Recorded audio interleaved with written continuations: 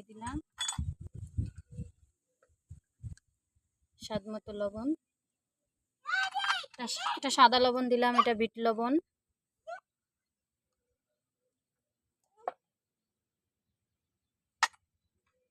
চিনি দিব,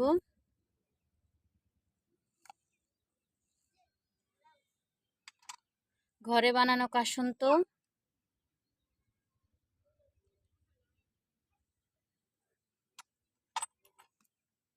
সাথে একটা লেবু পাতা ছিঁড়ে দিব ঘ্রাণের জন্য, সুগন্ধি লেবু পাতা,